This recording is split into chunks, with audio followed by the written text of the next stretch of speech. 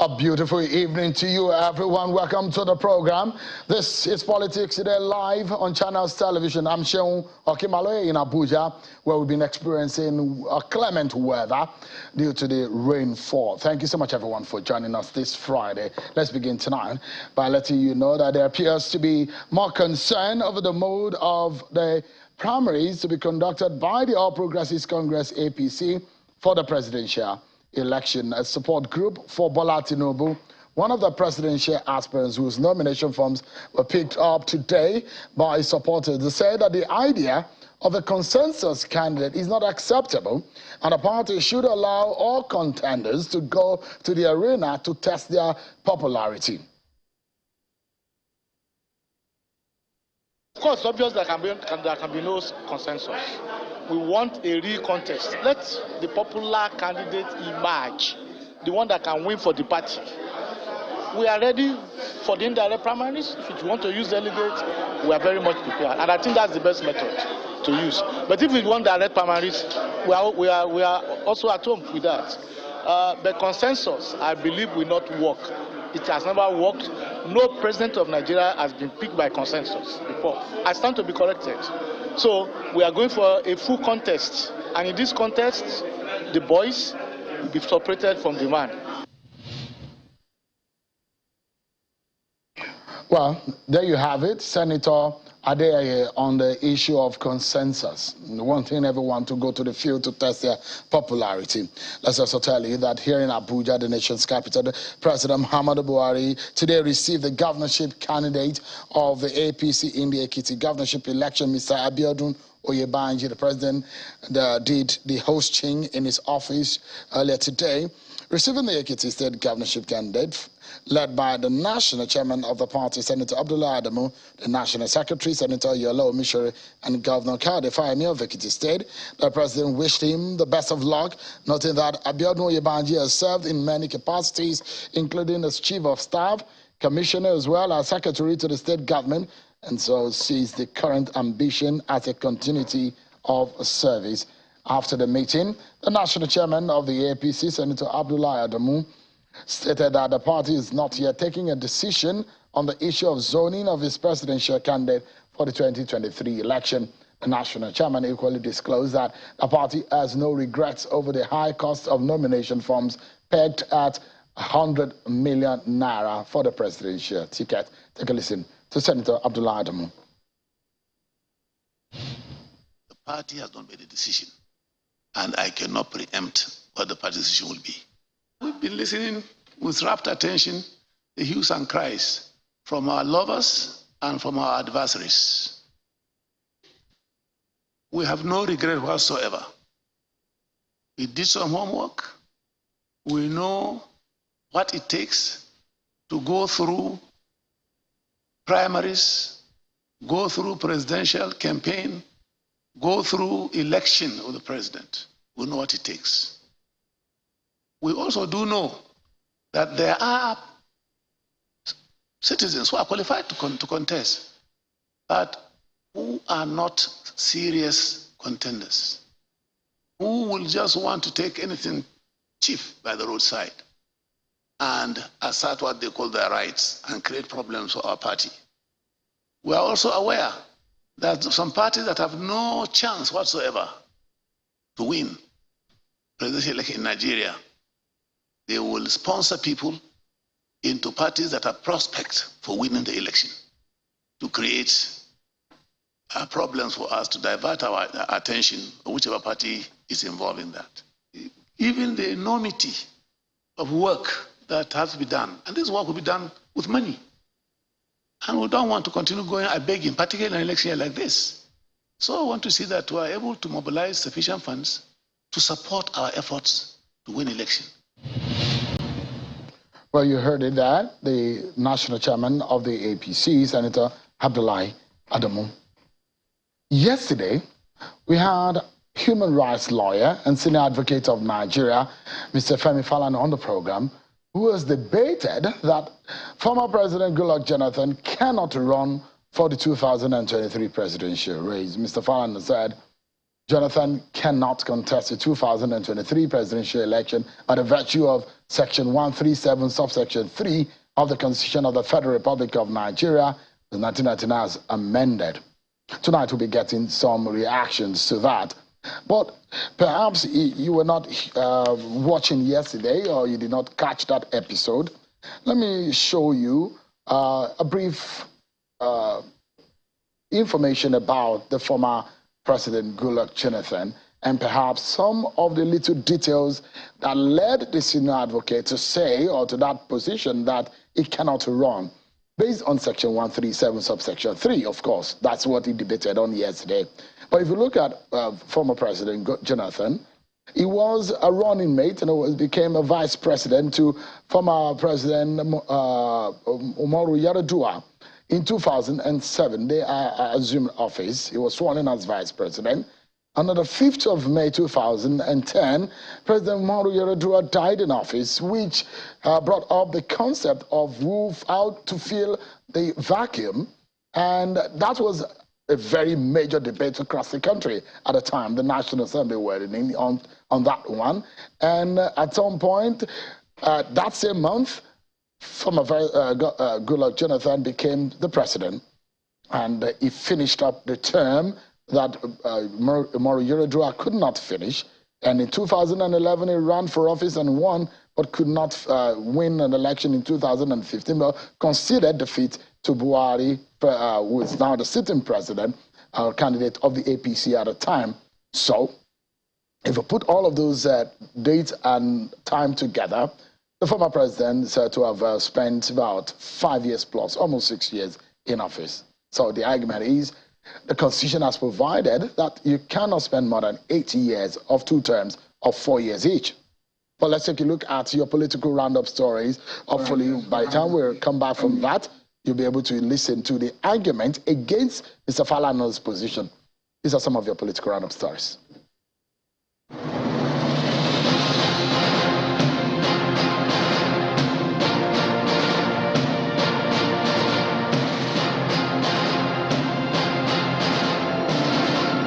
The Independent National Electoral Commission, INEC, in Imo State says the commission lost a total of 1,256 permanent voters' cards to the bandit attack which took the life of one of its staff at Amakohia community in Ihite-Oboma local government area of Imo State.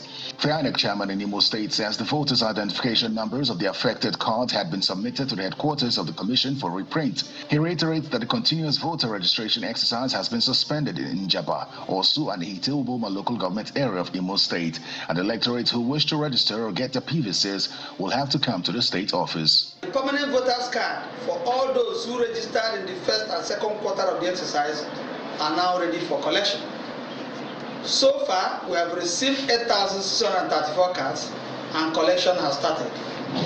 A magistrate court in Port Harcourt, Rivers State, has remanded the governorship aspirant of the People's Democratic Party in the state, Mr. Farah Dagogo, who was arrested for allegedly mobilizing cultists to attack the party secretariat in Port Harcourt. Dagogo, who is the lawmaker representing Degemaboni Federal Constituency in the House of Representatives, was arrested yesterday by the police at the South-South PDP Zonal Secretariat in Port Harcourt, where he appeared for screening alongside other governorship aspirants from the zone. The Rivers State Governor Nyesom Wike had declared Mr. Farah Dagogo wanted and asked the police to arrest him. Some of the political parties are already reacting and taking action on the reaction from Nigerians over the cost of nomination forms ahead of party primaries. The Young Progressives Party is the first to make a move at adjusting the cost. It has cut its presidential nomination form by 5 million, from 20 million to 15 million naira, and governorship from 10 million to 7 million naira, and did downward review for other positions as well. The 20 million has been reduced to 15 million for presidential. The governorship, 10 million has been reduced to 7 million. The Senate, 3 million has been reduced also to 2.5 million. House of Representatives, 2 million has been reduced to 1.5 million. Another party that has taken a decisive action is the African Democratic Party, ADC, where the national chairman, Ralph Musu, says the party nomination form is free for women and youths under the ages of 35, including people with disabilities. Mr. Musu adds that it's time for Nigeria to present political narratives and vote credible leaders come 2023. In ADC, our forms are free for youth, Any young person from 18 years to 35 years collects the form for free. Former President of the Senate, Ken Nnamani, says he is prepared to bring solution to the challenges facing the country if voted as president. I'm in the race to solve Nigerians' problems, just as I did as head of the National Assembly. The governor of Ogun State, Dakwa Abiodun, has officially indicated his intention to run for a second term as governor of the state come 2023, and his deputy, Noemet Salako Oyedele, retains her slot as running mate. Supportive minds decided to go and obtain a form for us, thereby officially declaring our intention to run for His counterpart in Lagos, Babajide Sanwo-Olu, has equally declared his interest for a second term after he was presented with his nomination forms. In Abia State, the Minister of State for Mines and Steel, Mr. Uche Oga, has also declared interest to run for the governorship seat of the state, promising to set a new standard of governance in the state. More APC aspirants are calling at the APC Nomination Center to obtain their forms. Senator Rochas Okoroche has been presented with his own form and insists on his agenda. To save the lives of the numerous poor Nigerians, as the case it is today. So I'm here to build the economy of Nigeria, to make Nigeria great, and also to remember the poor and the needy. That's my attraction. And the leader of the APC in Ondo State and member of the House of Representatives representing Akwa Northwest constituency, Honorable Olubunmi Tunde Ojo, says now is the time to work for Nigerians based on the trust reposed in him by his constituents who purchased expression of interest form and nomination form for him. And the PDP screening committee is in Oyo State to screen gubernatorial aspirants from the 6 states of the Southwest. Aspirants from Oyo, Lagos, and Ogun State were screened by the Senator Ibrahim Makarfi-led committee to ensure all aspirants are in full compliance with the laid-down rules. Chairman of the People's Democratic Party in Sokoto State, Bello Aliyu Toronto, has vowed to create a level playing field for all aspirants vying for political office on the platform of the party. The chairman says the PDP will be fair and treat all party members justly in the process of selecting candidates that will fly the party's tickets during the 2023 general elections. Thank you so much, everyone. So let's get to the conversation relating to former President Goodluck Jonathan and whether or not he can run for office. Mr. Falana does not believe he can. But we have Mr. Ima Anene from Unsuka.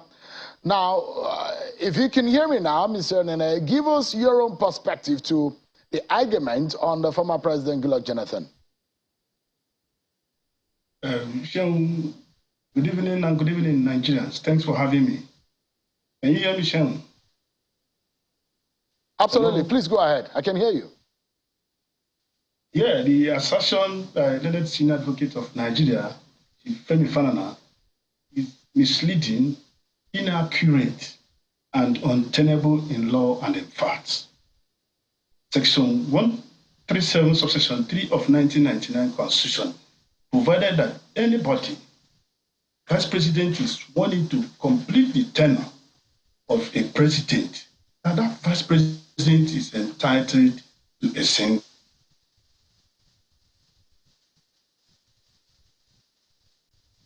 Whether Section 137, subsection 3 of 1999 Constitution as amended can apply retrospectively or retroactively.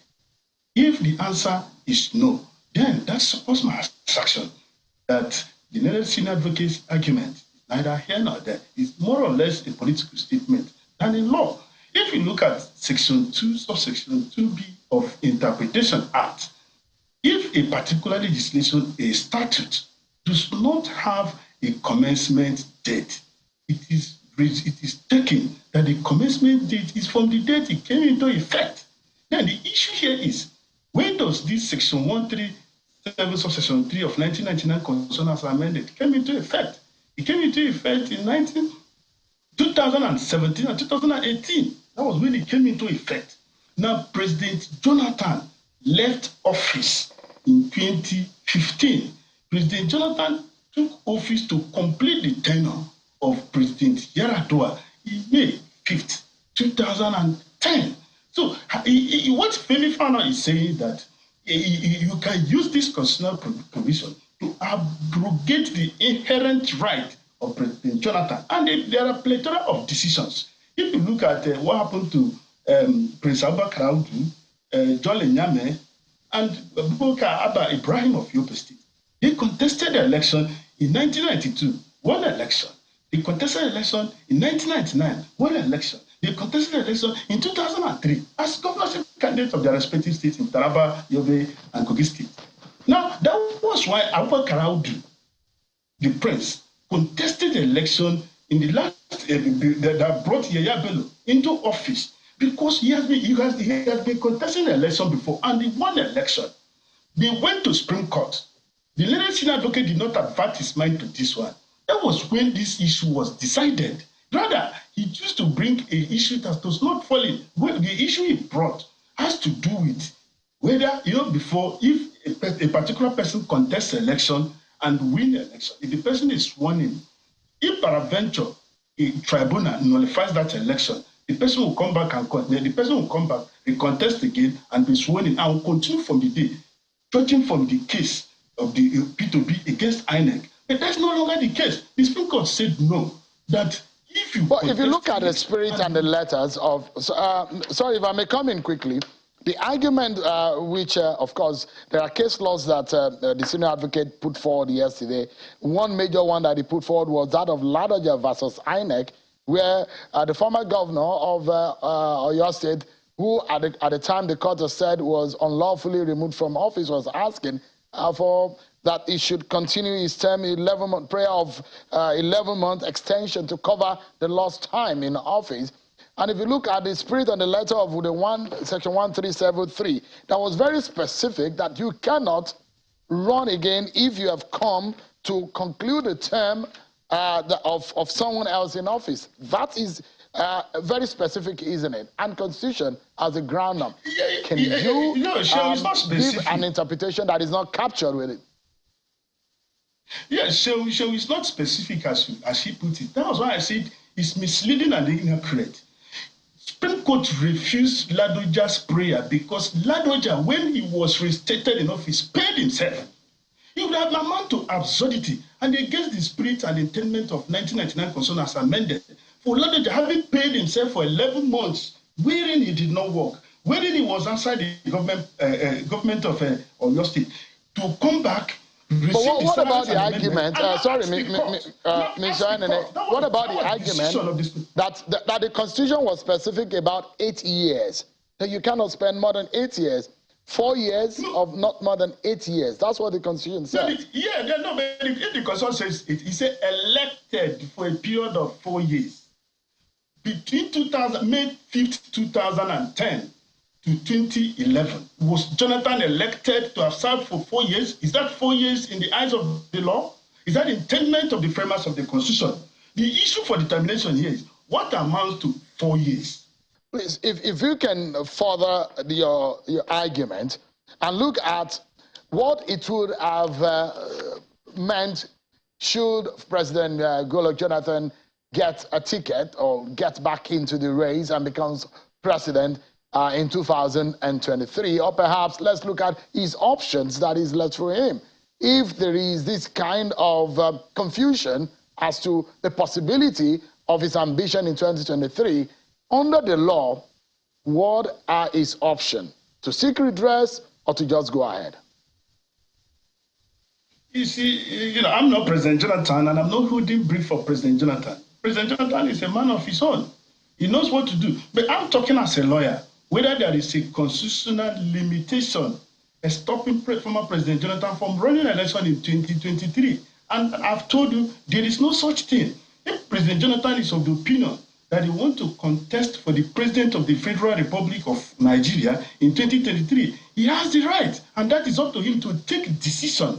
But as far as the 1999 Constitution as amended is concerned, President Jonathan has no limitation. Now, people are making hues and cries, but whether Jonathan coming to contest the election is unprecedented, has never happened, or something like that. Now, who have a case in the United States of America?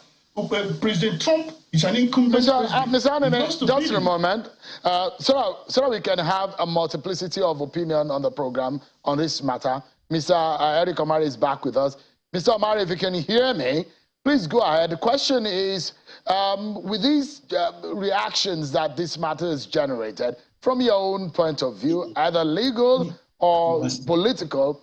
What is your own perspective? Well, first and foremost, my view is that Mr. Falana got it wrong to submit that former President Jonathan is not qualified to contest the 2023 election on the basis of Section 137, Subsection 3. The simple reason is that Section 137, Subsection 3 is a product of the fourth alteration of the 1999 Constitution. And the fourth alteration came into effect in June 2000 or July 2018. And at that time, the event that necessitated Jonathan's case coming into the ambit of that provision had occurred. And the law is that you cannot make a law to have retrospective effect. In other words, a law takes effect from the day it comes into operation and not from incidents that have happened in the past. There are plethora of Supreme Court authorities on this position. So Mr. Falana is not correct. And again, he talked about the fact that if Jonathan is allowed to contest for another term, he would at the end of the day spend up to 9 years. That argument is neither here or there. The simple reason is that the Constitution talks of being elected to the office of the President of the Federal Republic of Nigeria for 2 terms. The simple question is, has Jonathan been elected to the office for 2 terms? No.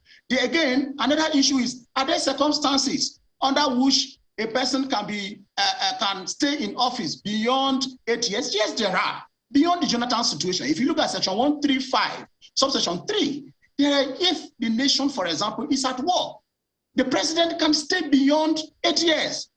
So contrary to Falana's argument, there are circumstances under which the president of Nigeria can stay beyond the 8 years term, such as what is provided for under Section 135, Section 3, and situations that the Constitution did not envisage, such as what happened to Goodluck. Because the point you must note is this: Goodluck Jonathan, when he became president upon the demise of Yar'Adua, was not elected to be president of Nigeria. He only completed the term of Yar'Adua. It was only in 2011 that he was elected. So he has been elected only once. So he's still entitled to be elected for 1 final term. And I think that is the position of the law. So, I mean, the position of the Constitution, where it clearly stated 8 years, 2 terms of 8 years, should former President Jonathan get a nod to become Nigeria's next president in 2023, having spent over 5 years, he would have opportunity of spending another 4 years as provided by the law from 2023. If you add that up, it will amount to over 9 years that he would have been effectively in office. So in the hour of that, in the interment of that, how the law captioned it on that clause, is it ultra the law, or what is your reasoning as the law is being captured in that sense? So let me create clear this impression. Mr. Falana, with respect, Lana Senior advocate, yesterday tried to create the impression that under our Constitution, under no circumstance can a president stay more than 8 years. Please, there's no such express provision. What happened in the case of Jonathan was a situation that was not envisaged by the Constitution. That's number 1. 2, when you say a president is to spend 2 terms of 4 years each, amounting to 8 years, that is in an ideal situation, in a situation where all things are equal, in a situation whereby you aspire to be president, you spend your first term, then you aspire again, you spend another term. But this situation, we are confronted with a situation where somebody completed the term of another person, then he contested on his own. So for the purpose of that constitutional provision, which says that you can spend only 2 terms of 8 years, what you should consider is the point from which he started contesting for the office of the president. Mr. Amare, maybe we should look at the clause 137, subsection 3 again. I think my predecessor should put it back on screen so that our viewers can see and be able to relate with the argument. It does look like that section was particularly specific. And I read it again. The subsection 3 of 137, which states that a person who was sworn in as president to complete a term for which another person was elected as president shall not be elected to such office for more than a single term. So President Jonathan has been elected in office in 2011. 11 for a single term. So, and that's Yes. this section has said shall not be elected for more than a single term. That is that clause. That is the law. The simple response, Mr. Shehu, is that Section 137, subsection 3, does not apply to President Jonathan. The simple reason is that that section, subsection, came into effect in 2008. The law is that we draw a distinction between what we call substantive law and procedural law. The right to contest election form part of substantive law. And the position of law that has been affirmed by the Supreme Court on several occasions is that the substantive law applicable to any situation is a law that was in effect at the point the event occurred. And what is the event here? In 2010 to 2011, Goodluck Jonathan completed the term of Yar'Adua. Then from 2011 to 2015, he served one term. That event had occurred before Section 137, subsection 3 came into effect. So it is not applicable to him. Section 137, subsection 3 will only be applicable to events that will occur after it came into effect in 2018. That is a simple response to that question, Mr. Shehu. All right. Okay, thank you so much, Mr. Eric Kamare and Mr. Ima Anene. Both of them were been speaking with us virtually. Mr. Anene is in Nsuka and Mr. Omare in Warri. Thank you so much, gentlemen, for talking to us on this matter. My pleasure. We'll take a break, everyone, and when we return, the only People's Democratic Party presidential aspirant who is a woman, Tari Oliver, will be joining me. She's faced the screening committee led by former Senate President. She'll be speaking with us on her experience of the screening exercise, plus her ambition as presidential aspirant of the Philippines. Stay with us, everyone. We'll be right back.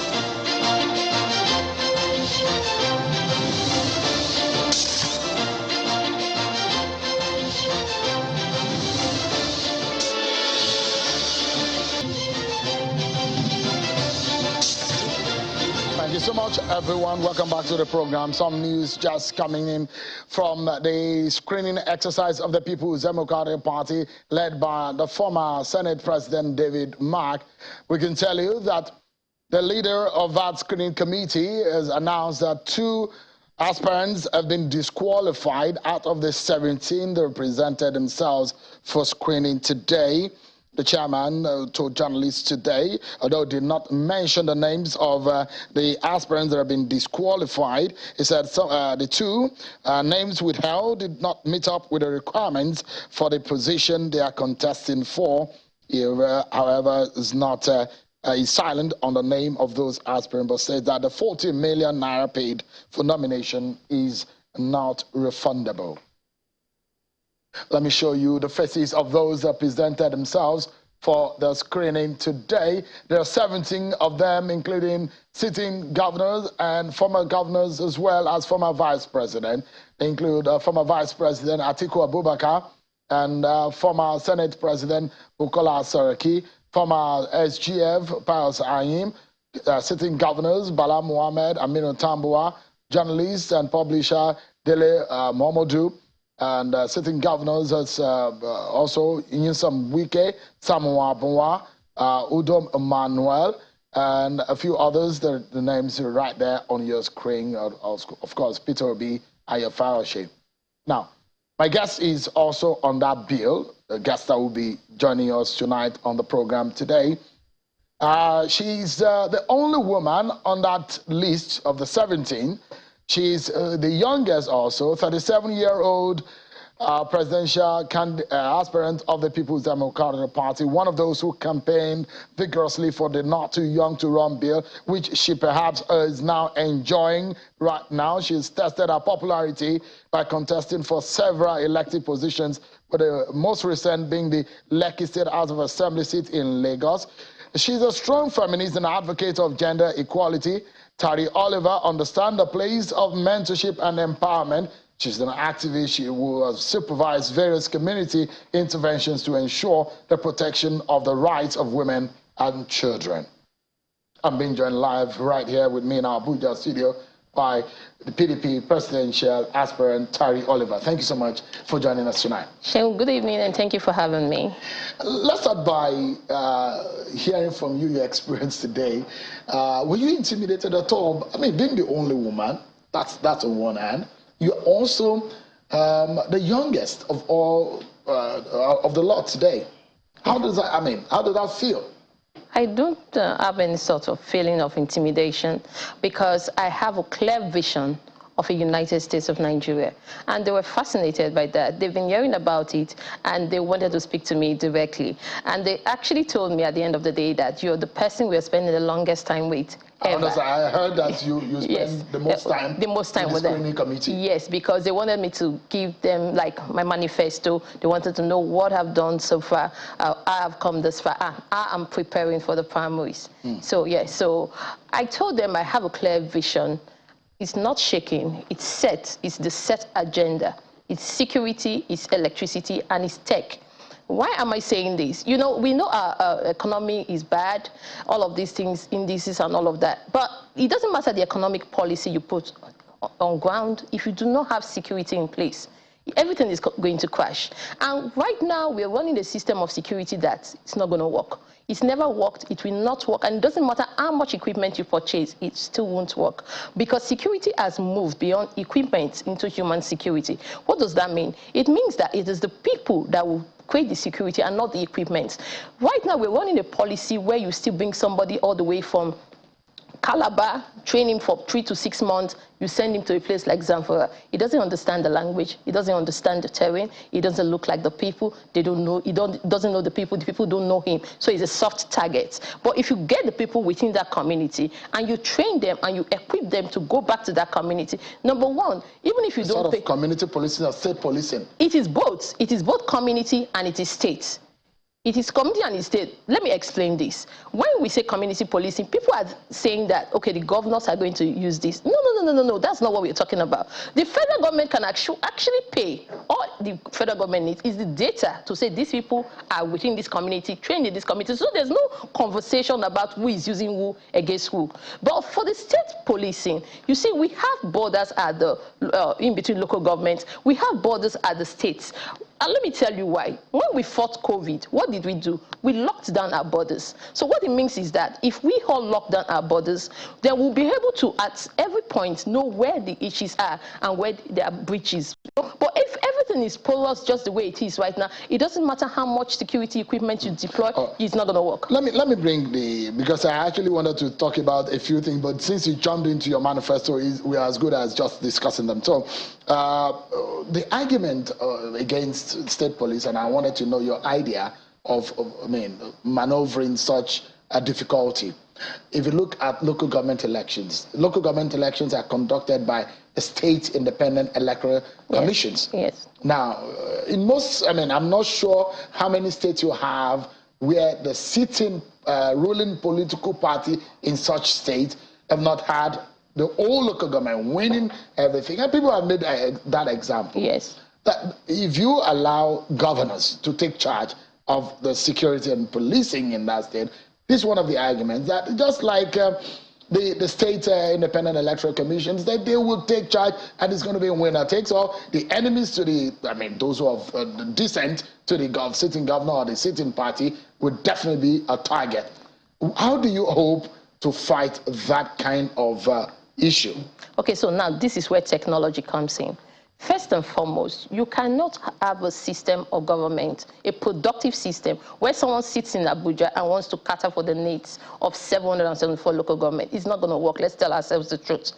Governors must be in charge, but there must be technology deployed to ensure that there's transparency. If you have the database of the people within every community, within every local government, and the state knows its job, the federal government knows, there's a kind of transparency, not what is happening here, when nobody knows who is where at what point in time. And this is what I'm saying. I'm saying that the federal government can still maintain the payments procedure to make sure that they are in charge, but the people should be recruited from the community and deployed back to the community. So I am saying if you are to restructure, because you're looking at a whole restructuring model that you're talking about, that every policeman should serve in his own state. No, that's not what I'm saying.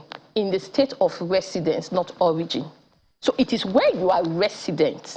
Now, Sheung, if you are residing here in Abuja, right? If you need security, it's going to be provided for you here in Abuja. If you want to serve, it's going to be here in Abuja. You don't need to go back to Oyo or Ogun or wherever you come from. So that is the difference. The dynamics, yes, it should be residence. Because Afenifere, for example, had come out to say the Amotekun security network is working in some of the states of the Southwest. And the federal government should look into allowing this model to work. If that model works, do you think that should you get a ticket of your party, win an election, become Nigeria's next president, would you go that route? I am not going to go that route because even from the name, it shows ethnic, right? Now, it's not only the Yoruba people that are living within the Southwest. So what I'm saying is that irrespective of wherever the person comes from, if the person is a law-abiding citizen within that community, the person should be available and willing, and it should be allowed to serve within any capacity. So how long do you think we can fix the issue? It's just for the president not to be afraid of anybody. You know, it's a system where president... It has to be with the law also. Yes. Because there's a structure that establishes this. Yes, but the Chapter 2 of the same constitution says the protection of lives and properties is the primary responsibility of government. And whatever means government will apply or deploy to protect lives and properties should not be argued by anybody. All right. So, I mean, in terms of the economy, I mean, you probably will have heard, and you mentioned tech. So it comes to mind, because you hear 42 or 45 billion US dollars, that's how much it took Elon Musk to purchase or to buy over Twitter. Yes. That's a lot of money. Yeah. And we know that space can give you such an amount of money that can change our economy. How do you hope to tap into that space? Because you mentioned tech as one of their agenda. Yes. Sheung, before we get to tech, we must address the issue of security and electricity, because electricity is the major driver of tech. If you don't have power, there's nothing you can do with technology. I hope you know that. So I've been advocating that electricity should be removed from the exclusive list, which they have done, into the concurrent list. And state governments will set up policies that would enable them to attract investors. And investors will invest in electricity and sell the power to their people. So once that is done, then we deploy tech. And why I'm saying it has to be a state policy is this: you cannot deploy tech from central Abuja to 774 local government. You will fail even before you begin. But you can do that within the state, and you can set up tech hubs, and you can set up institutions that will empower young people to actually fend for themselves, to do something legitimate, something different from the barbing salon, hair making, dressmaking. No, our young people are very intelligent. All you need to do is ensure that there's complete internet, high-power internet services available, and you can have smart cities, you can have tech hubs. The most important thing is that you will have data for people to be able to communicate with themselves. Even right here in Nigeria, you can actually stay here in Nigeria and work in America. All right. You know what's happening now. You're an activist, and you thought, I mean, you're one of those who spoke loudly about not too young to run bill. So you're happy that I am excited. You received the form. It was real that you received the form without paying a dime. No. You paid expression of interest form. I don't know if you follow the news. The market women purchased my form. Yeah, because you have to purchase the expression of interest. Yes. Yes. So they did that for you. They did that for me. Yes. That's great. But how did you feel that our laws are coming into effect? Yes, it shows that young people, the voices of young people, is actually becoming heard, and the voices of women. And we need to continue pushing. We need to continue advocating. We need to come out to run. Power is not served a la carte. You need to participate. And we have participated in the advocacy level, at the advocacy level. And right now, we are saying that it's our time to run, and not just run to win. So you're here to win? I'm here to win, Shell. No intimidation? Not at all. Funding, how are you going to come back? Are you hoping? Yeah. Just quickly. I am not an advocate for money politics, because I believe that money politics is why we're in a mess. It doesn't matter how much. If you like to spend 5 billion, 10 billion, it is not charity. The money goes back. That's why you have abandoned projects everywhere.